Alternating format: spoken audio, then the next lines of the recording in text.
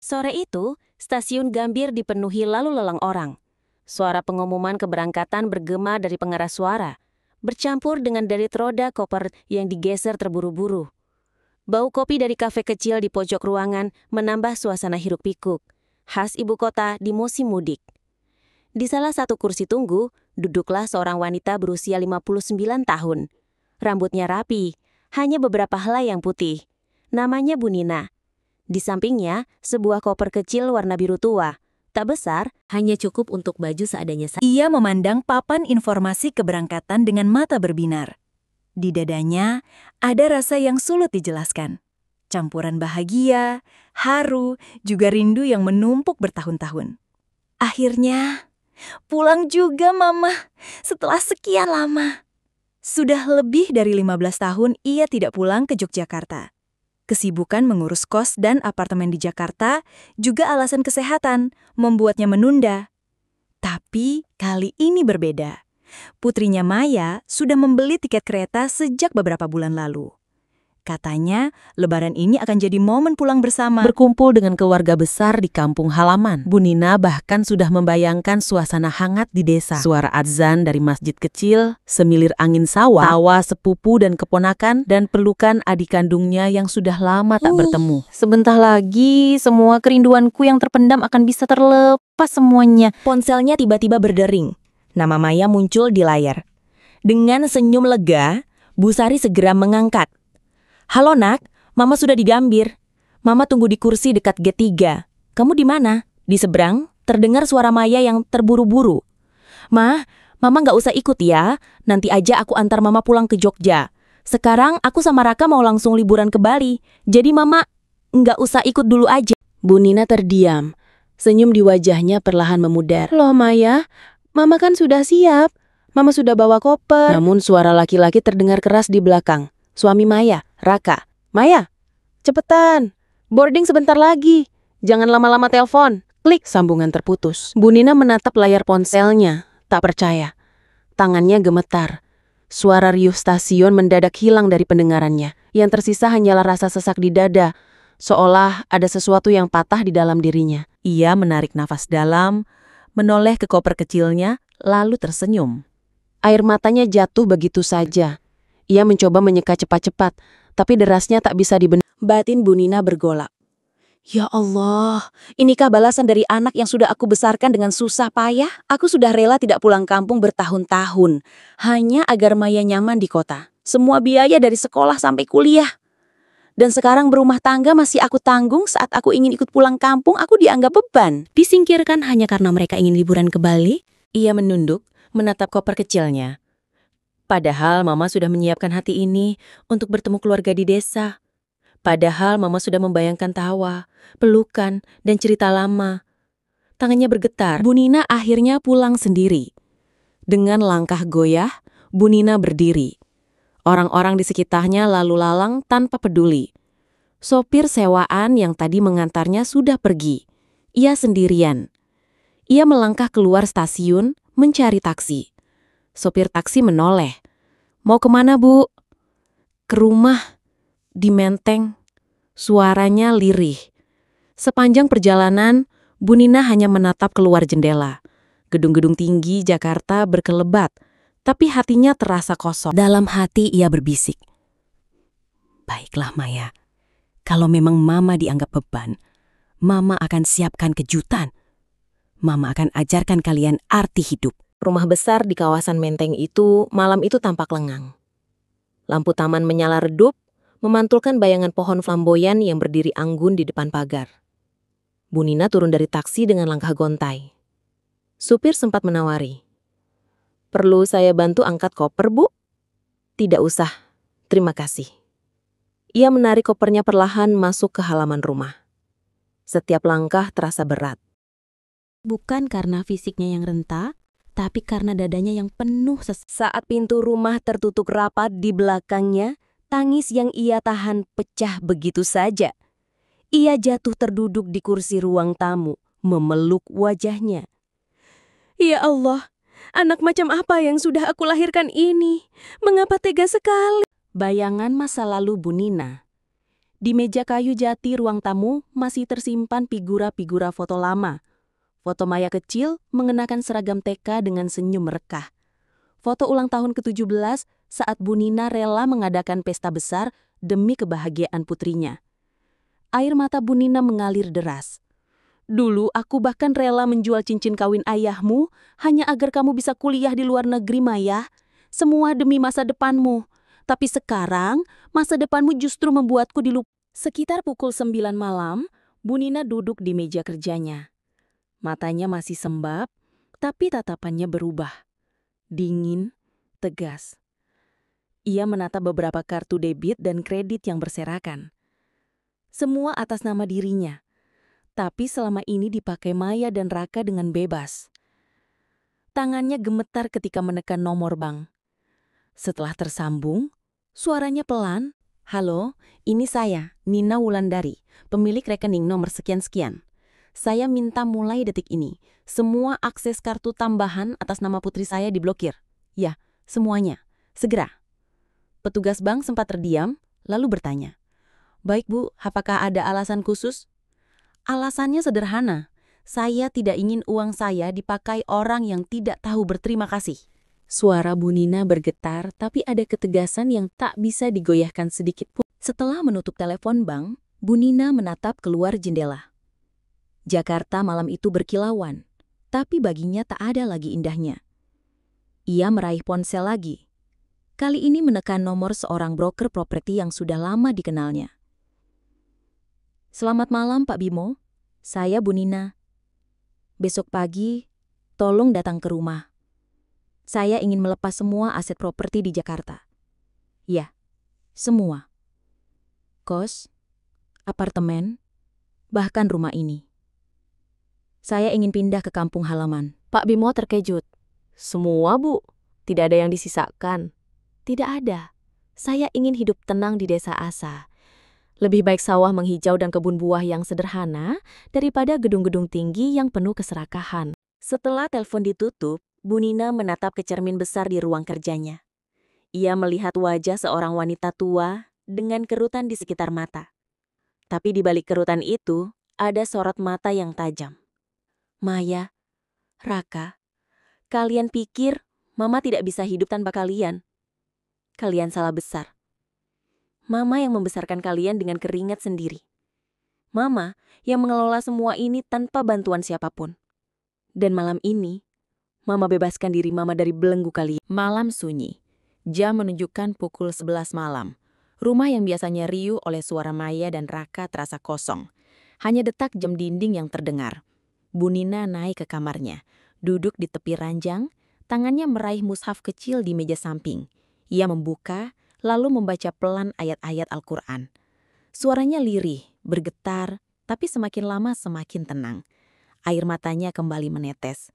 Tapi kali ini bukan air mata putus asa. Ya Allah, beri aku kekuatan. Jika jalan hidupku harus jauh dari anakku, aku pasrah. Karena aku tahu, Engkau yang lebih tahu mana yang terbaik untuk diriku. Seorang ibu bisa memaafkan sejuta kesalahan anak. Tapi jika anak berulang kali menusuk hatinya, ada saat di mana sabar itu berubah menjadi keputusan tegas. Jangan pernah menganggap sabar seorang ibu tak ada batas. Karena ketika batas itu dilampaui, penyesalan anak akan datang terlambat. Pesawat dari Bali mendarat sore itu di Bandara Soekarno-Hatta. Maya dan Raka turun dengan wajah cerah, tangan penuh belanjaan oleh-oleh dan tas branded. Raka menguap sambil menggeser koper. Phew, Bali emang gak ada tandingannya. Tapi ya, kantong juga jebol sayang. Maya tersenyum, menggandeng lengan suaminya. Tenang aja, kan ada Mama. Gaji kos-kosan sama apartemen dia bulan cukup kok buat kita. Lagian kartu debit Mama kan selalu ready. Mereka tertawa kecil. Soal hidup ini tak pernah kekurangan. Malam itu mereka tidak pulang ke rumah, tapi ke apartemen ibunya yang sengaja ditempati oleh Maya dan suaminya di saat bosan tinggal di rumah. Maya memesan makanan lewat aplikasi. Ia mengetikkan menu dengan riang, memilih restoran mahal. Begitu tagihan muncul, ia memasukkan nomor kartu debit. Bip, transaksi tidak diterima. Maya mengerutkan dahi. Dicoba lagi, kali ini dengan kartu kredit tambahan. Bip, transaksi tidak diterima. Kok aneh? Raka, coba kamu pakai kartunya. Raka mencoba di aplikasi belanja online. Hasilnya sama, semua akses gagal. Maya mulai panik. Ini pasti error bank, tapi kok semua kartu? Apa mama? Tatapannya berhenti, saling berpandangan dengan Raka. Hati mereka berdegup kencang. Maya segera menelpon bank. Selamat malam, ada masalah dengan kartu saya. Kok nggak bisa dipakai?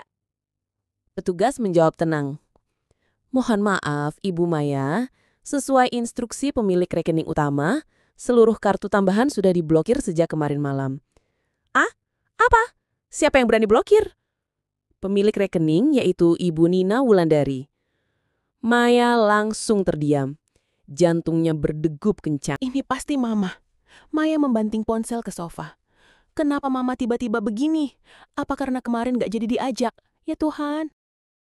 Raka mencoba menenangkan, tapi ikut gusar. Berarti liburan kita kemarin ketahuan. Mama pasti sakit hati. Aduh, kenapa kamu angkat telepon di Gambir, Maya? Kamu yang maksa buru-buru. Aku kan cuma nurut kamu. Sekarang lihat, semua akses keuangan kita ditutup. Mau makan apa besok? Mau bayar cicilan mobil gimana? Suasana rumah mendadak panas. Untuk pertama kalinya, Maya dan Raka benar-benar merasa gamang tanpa sandaran uang Busari. Raka mencoba berpikir. Tenang Maya, kita ke rumah ibu secepatnya. Paling cuma ngambek. Biasanya juga gitu, lama-lama lulus sendiri. Kita tinggal minta maaf, bawa oleh-oleh, selesai. Maya menggigit bibir, gelisah. Tapi mama itu beda kalau udah marah. Aku takut, Ra. Kalau beneran semua diblokir, kita bisa apa? Aku kan gak kerja. Kamu juga, ya gitu-gitu aja. Raka menepuk meja. Besok kita ke rumah mama. Keesokan harinya, Maya dan Raka pulang ke rumah untuk ketemu Bu Nina. Tapi pintu pagar terkunci rapat. Ada kertas putih besar tertempel di dinding.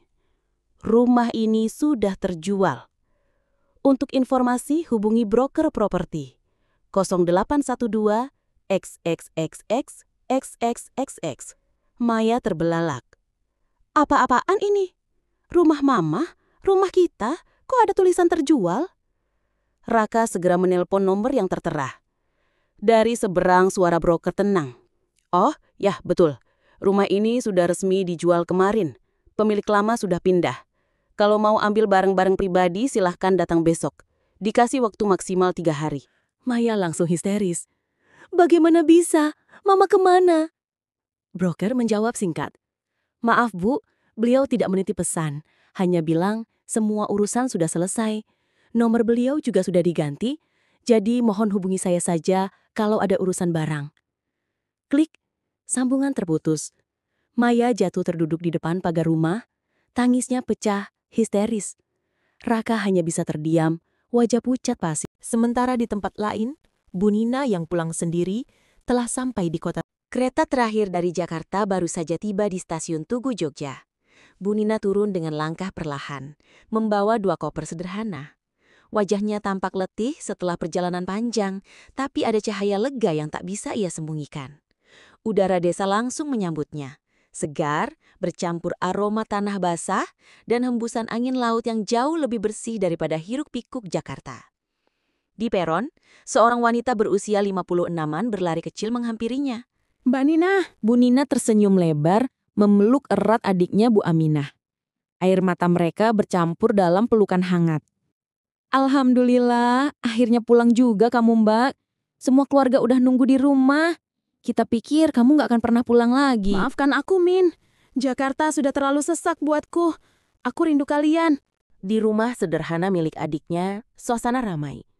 Sepupu, keponakan, bahkan tetangga lama berbondong-bondong datang menyambut.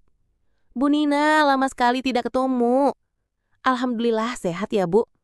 Mari masuk, mari masuk. Bu Nina duduk di ruang tamu kayu, menikmati segelas teh panas buatan keponakan. Tawanya lepas, meski matanya berkaca-kaca. Beginilah suasana yang Mama rindukan. Hangat, penuh kasih. Tidak ada gedung tinggi, tidak ada harta melimpah, tapi hati terasa kaya raya. Malam itu, di ruang keluarga, Bu Nina berkumpul dengan adik-adik dan saudara sepupu. Ia membuka pembicaraan dengan tenang. Mulai besok, aku ingin menjual semua asetku di Jakarta. Rumah, kos, apartemen, semua sudah kupercayakan pada broker. Uangnya sebagian kutabung, sebagian lagi akan kugunakan untuk membeli sawah dan kebun di sini. Dan untuk wakaf rumah Quran serta masjid tempat ibadah, biar nanti kalian yang kelola. Aku ingin hidup tenang di kampung halaman. Semua terdiam sejenak. Lalu Bu Aminah menatapnya penuh haru. Mbak, apa enggak sayang melepas semua itu? Tidak, Min. Apa gunanya rumah besar dan apartemen megah kalau anak sendiri memperlakukan ibunya seperti sampah? Aku lebih memilih tinggal di sini, dekat dengan keluarga yang tulus menyayangiku. Beberapa minggu kemudian, Bu Nina resmi membeli sebidang sawah hijau dan sebuah rumah sederhana di pinggir desa. Rumah itu berdinding kayu, dengan halaman luas ditumbuhi pohon mangga dan rambutan yang sudah berbuah. Beruntung banget dapat rumah dan kebun yang sudah produktif. Setiap pagi ia duduk di beranda, menatap pemandangan petani membajak sawah. Angin desa membelai rambutnya yang beruban, dan ia tersenyum damai. Beginilah seharusnya hidup. Sederhana, tapi penuh makna. Anak-anak kecil tetangga sering berlari ke halamannya, membantu memetik buah, lalu tertawa riang. Bu Nina merasa muda kembali. Sementara Bu Nina hidup damai di desa, Maya dan Raka di Jakarta mulai kelabakan. Tagihan menumpuk, cicilan mobil berjalan, sementara pekerjaan tak ada. Teman-teman mulai enggan meminjamkan uang. Jakarta makin terasa sesak bagi Maya dan Raka. Setelah hampir sebulan hidup tanpa aliran uang dari Bu Nina, kondisi mereka benar-benar terpuruk. Tabungan menipis, cicilan menunggu, bahkan kebutuhan sehari-hari mulai tak terbeli. Maya duduk termenung di ruang tamu kontrakan kecil. Ya, kontrakan. Karena rumah mewah, apartemen, dan semua kos-kosan mewah sudah harus diserahkan ke broker properti satu persatu laku terjual. Sudah harus mereka tinggalkan. Wajahnya pucat, rambutnya kusut, jauh dari gaya glamor biasanya. Rak, kita nggak bisa begini terus. Aku mau ketemu Mama. Aku mau minta maaf. Ayo tak usah gengsi, kita cari Mama. Nyatanya kita gak bisa kerja, gak bisa hidup tanpa Mama. Maya termenung, wajahnya pucat. Aku gak bisa, Ra. Aku gak bisa hidup seperti ini. Aku terbiasa dengan mall, kafe, jalan-jalan. Raka menepuk kening, frustasi. Kita harus cari cara. Tapi Mama sudah pergi entah kemana. Semua nomor sudah diganti. Kita benar-benar sendirian. Maya menggigit bibir. Air matanya mengalir. Raka mendengus. Wajahnya penuh kesal. Ketemu gimana? Nomor Mama udah gak aktif. Terus mukaku taruh di mana kalau kita nyusul ke kampung dengan keadaan seperti ini? Aku tidak mau kita dicemooh saudaramu. Aku malu, Maya. Buktikan dulu kita bisa tanpa ibu. Kita usaha cari kerja, hidup irit sekelang. Kalau begitu, kita harus cari kerja. Atau aku cari Mama ke kampung. Mama pasti ada di Sleman, Jogja. Aku tahu Mama gak mungkin tinggal sendirian tanpa saudara. Akhirnya Maya dan Raka mau menyusul Ibu Nina ke Yogyakarta. Karena sudah usaha tak mendapatkan pekerjaan yang sesuai. Karena dari kecil terbiasa hidup nyaman, jadi susah cari kerjaan yang sesuai. Dan hutang sudah numpuk. Tapi masalahnya satu, mereka tak punya uang. Tiket pesawat ke Jogja lumayan mahal. Maka Maya menghubungi teman lamanya, Dina. Din, tolong aku ya. Aku lagi butuh uang banget. Nanti aku balikin, begitu Mama cairin lagi rekeningnya. Di seberang, Dina terdiam, lalu menghela nafas. Maya, kamu sadar nggak? Semua orang udah dengar cerita soal kamu dan suamimu. Mama kamu udah jual rumah, bagi-bagi harta ke yayasan. Kamu kira orang masih percaya kamu bisa balikin utang? Maya tersentak. Jadi, kamu juga nggak bisa bantu? Maaf, Mei. Aku udah kapok. Kamu harus belajar mandiri. Jangan terus bergantung sama Mama.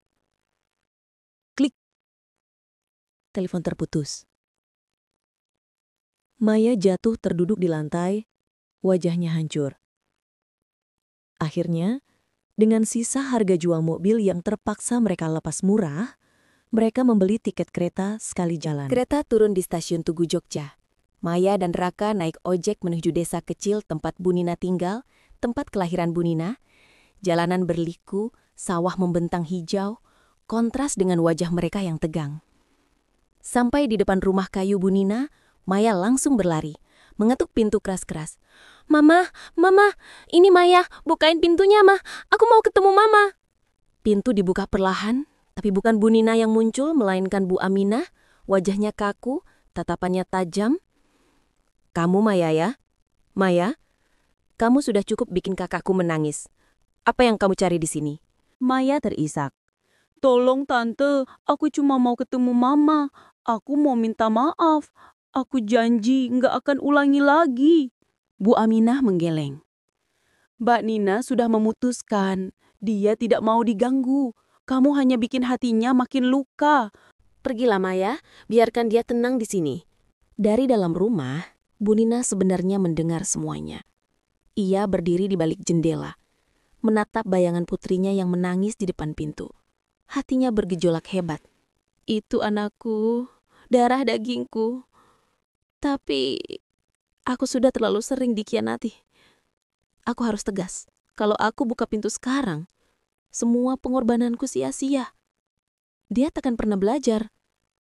Dengan berat hati, Bu Nina melangkah ke kamar, menutup pintu rapat. Ia tak sanggup melihat wajah Maya lagi. Ia sadar, mereka berdua sendirilah yang menyebabkan semua ini. Tapi Maya tak menghiraukan. Maya masih berteriak-teriak di depan rumah, sampai tetangga berdatangan. Raka berusaha membujuk. Sayang, cukup. Kita bikin malu aja. Mama nggak mau keluar. Akhirnya beberapa saudara menenangkan mereka. Salah satu sepupu berkata, Maya, pergilah dulu. Biarkan Tante Nina tenang. Kalau kamu maksa, dia bisa makin sakit. Kamu harus sadar, selama ini kamu terlalu bergantung. Belajarlah mandiri. Itu cara satu-satunya buat mama kamu luluh. Maya jatuh berlutut, menutup wajah. Aku nggak bisa hidup bertani. Aku nggak bisa hidup miskin begini. Malam yang gelap. Malam itu, Maya dan Raka menginap di rumah seorang kenalan jauh. Tapi hati mereka gelisah. Maya menangis tanpa henti.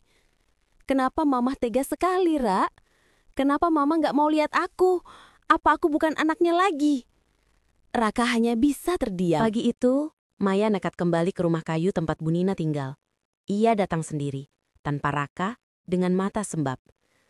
Ketika pintu diketuk, seorang tetangga keluar membawa amplop coklat lusuh. Maya, ini titipan dari ibumu. Dia bilang kalau kamu datang lagi, serahkan surat ini. Dengan tangan gemetar, Maya merobek amplop itu. Di dalamnya, hanya ada selembar kertas bertuliskan tangan Bu Nina. Maya, anakku, jangan lagi mencari harta. Semua sudah ibu wariskan pada yang lebih membutuhkan. Kalau kamu masih mencintai ibu, belajarlah hidup dengan kerja kerasmu sendiri. Itulah warisan terbesar yang bisa ibu tinggalkan. Jeritan putus asa. Surat itu bergetar di tangan Maya. Dadanya sesak, napasnya berat. Ia menjerit keras hingga burung-burung di pohon berterbangan. Tidak, kenapa Mama tega? Kenapa Mama pilih orang lain, bukan anaknya sendiri? Aku ini anakmu, Ma. Ia jatuh tersungkur di tanah berlumpur. Rambutnya berantakan, pakaiannya kotor. Tangisannya pecah menjadi histeris. Orang-orang kampung hanya bisa menggeleng, sebagian meneteskan air mata iba. Tapi tak ada yang berani menolong karena mereka tahu inilah buah dari keserakahan Maya sendiri. Raka datang terlambat, lalu mendapati istrinya meraung di tengah dengan surat kusut di tangan. Apa ini, Mai? Cuma selembar surat. Mana uangnya? Mana warisannya? Maya menatap suaminya dengan mata merah. Semua sudah habis, Ra. Mama kasih ke yayasan. Kita nggak punya apa-apa lagi. Raka menghantam pohon dengan tinjunya. Bodoh, gara-gara kamu, aku juga hancur. Hidup kita habis. Maya terisak. Tubuhnya gemetar. Untuk pertama kalinya, suami yang selama ini jadi partner keegoisannya Mulai memperlihatkan kebencian. Di balik jendela rumah kayu, Bu Nina mendengar tangisan Maya. Air matanya jatuh diam-diam. Maafkan ibu, Nak. Ibu tahu sakit rasanya ditolak. Tapi ini satu-satunya jalan supaya kamu belajar. Kalau sekarang ibu luluh, kamu akan hancur lebih dalam. Biarlah sakit ini jadi obat, meski pahit. Malam itu, Maya tak berhenti menangis. Raka hanya termenung, rokok tak lepas dari bibirnya. Rumah kayu Bu Nina tetap bertutup rapat, dingin, tak bergeming. Maya akhirnya sadar, tak ada lagi yang bisa ia lakukan. Ia benar-benar kehilangan harta, kemewahan, bahkan kehangatan ibunya sendiri yang selama ini menyayangi. Hari-hari berikutnya, tubuh Maya semakin lemah. Nafsu makannya hilang, wajahnya pucat, matanya sembab. Hidup tanpa uang, tanpa tempat pulang, membuat jiwanya tertekan. Suatu sore, di teras rumah kayu yang dingin, ia tiba-tiba ambruk. Raka panik, berteriak minta tolong. Tetangga kampung segera berdatangan. Cepat, angkat dia ke rumahku saja, ujar seorang ibu parubaya, tetangga jauh Bu Nina. Maya dibaringkan di dipan bambu. Tubuhnya panas, keringat dingin bercucuran. Ini pasti masuk angin parah atau kelelahan, kata seorang bapak sambil menyiapkan air hangat. Gumamnya lirih. Tetangga perempuan dengan sabar mengompres kening Maya, menyiapkan bubur dan menyuapinya perlahan. Istirahatlah nak, jangan banyak pikiran. Hidup memang tidak selalu seperti yang kita mau. Bisiknya lembut. Raka duduk di sudut ruangan, menunduk lesu. Untuk pertama kalinya, ia merasakan betapa rapuhnya hidup tanpa harta.